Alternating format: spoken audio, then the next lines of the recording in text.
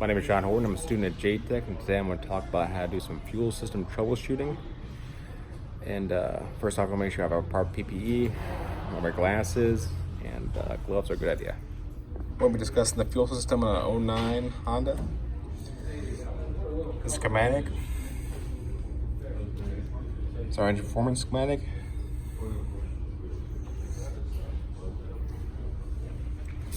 It has our fuel pump here, our injectors,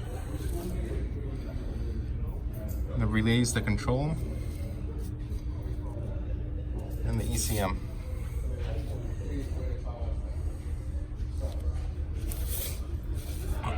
As you see, our fuel pump is our ground side. Power side runs to the relay, fuel pump relay.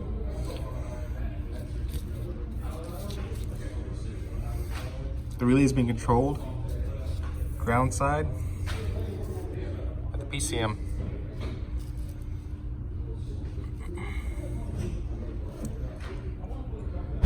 The hot side comes through the main relay.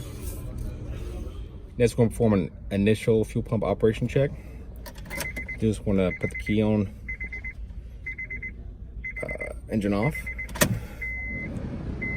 I'm going to try and listen, see if we can hear it click, and initialize. Here I have a 4-pin relay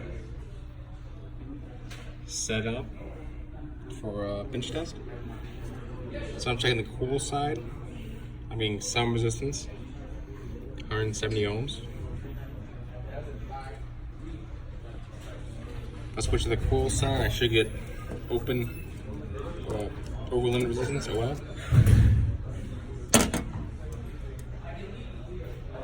It'll inform me that the switch is open. I'm about using a special adapter. Check our voltage drop across a relay. Right now I'm going to hook it up on the switch side of our relay. And we have 4 volts drop because we have power supplied to it. But no path to ground, the switch is open. As we apply power to the coil side, it's going to close the switch. Our voltage drop should go down to close to 0. We'll perform a test on our fuel sending unit.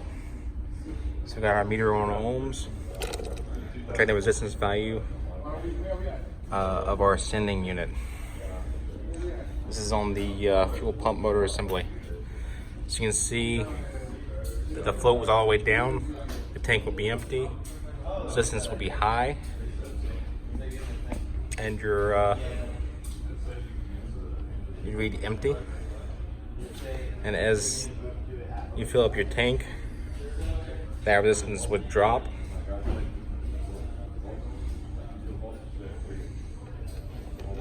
This is the way the contacts are set up to transfer the power. It's a variable resistor. Using our schematic, we're going to talk about how to find the voltage at our fuel pump. Our fuel pump located on the back seat in the fuel tank. You can open it up for inspection, and you can check across the input and output, the ground and power side. When it's operating, it should be 12 volts dropped. So you'd have 12 volts to ground for voltage check, voltage drop, 12 volts drop while operating. And our ohmic value of our ground side should be very low. When it's not operating, voltage drop will be 0. So now I want to test for the fuel pressure. So I'm using an inline connector adapter to hook up our pressure gauge. I've cycled the key on and off a few times. As you can see, we're holding about 45 psi pressure in our fuel system. We're doing this test, we want to make sure that there's no leaks going on with our hookup. We want to make sure that our reading is staying consistent, so we know it's holding pressure and we don't have a bad check valve. Now we're talking about our injectors. We have ground side and our ECM.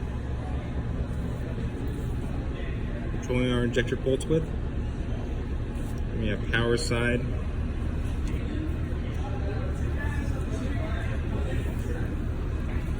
And go all the way back. Common connectors. But it runs back to our ECM as well, and also to our main relay.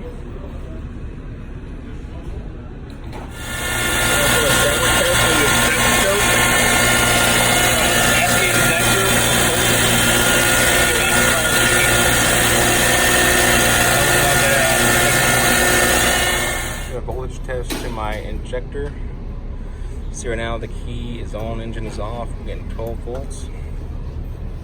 Power supply to the injector. Key off, no volts. As I said, the injector is controlled by the ground side. Anything that has power won't be activated until the ECM activates it.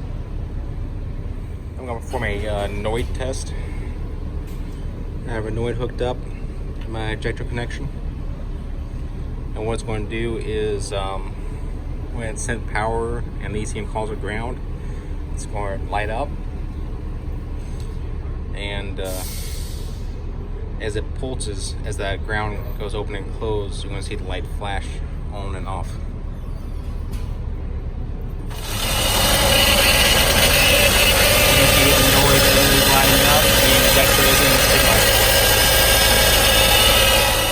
Now into the resistance on my fuel injector. I've got a fuel injector connected. I've got leads attached to my ohm meter, and ohm meter's reading about 11.7 ohms. It's probably got delta about 6 ohms, so about 11 ohms, give or take. We're going to do a balance test for the injector. See, right now we have about 50 psi. We have our fuel injector tester hooked up. Set to 2.5 amps. Connected to our injector. We'll start test and monitor the psi.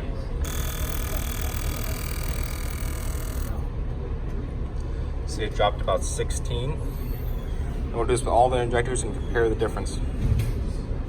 That concludes my video on fuel system testing. Hopefully learn some good troubleshooting diagnostic tests we can perform to narrow down what is the issue in our fuel system.